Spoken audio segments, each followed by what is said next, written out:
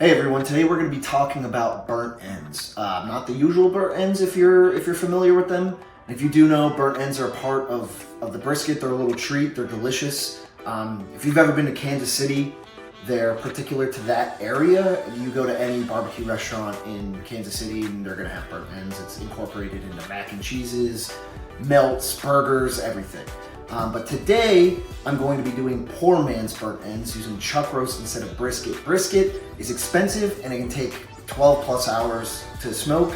Chuck roast is on the less expensive side, doesn't take as long, but if you put the time and love into it, it tastes not just as good, but it tastes pretty delicious, if I do say so myself. But yeah, follow along, and I'm the barbecue man.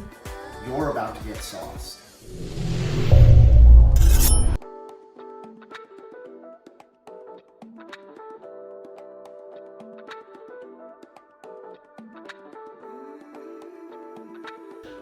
I've got my 2 chuck roasts that I prepared last night. I'm letting them come up to temp right now before I set them on the smoker. I've got the smoker set to 250 degrees. We're gonna let these cook for a couple hours until they hit an internal temperature of 165 degrees. And after that, we'll move on to the next step. These have hit around 160, 165 internal. I pulled them from the smoker, and the next step is we're going to add a little bit of liquid. You can add beer, apple cider vinegar, beef broth, or soda. Today I'm going to be adding a little bit of Dr. Pepper.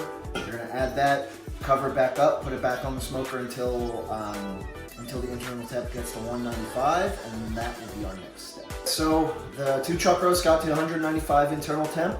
I took them off, I rested them for about 15 minutes before I cubed them up, so now I have this pan full of goodness. What I'm going to do now is add barbecue sauce, butter, and brown sugar. I'm going to cover it back up, put it back on for about half hour to an hour to let it all soak up, and then we'll be done. So let's see how it turns out. So here we are.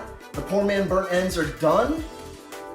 The final amount of time that you leave them on the smoker to soak in is up to you, depends on how much sauce you put in. I did about an hour, hour and a half, but keep in mind you don't want to overcook your final product. I hope you've enjoyed it. I know I've enjoyed this. And just remember, I'm the barbecue man, and you just got sauced.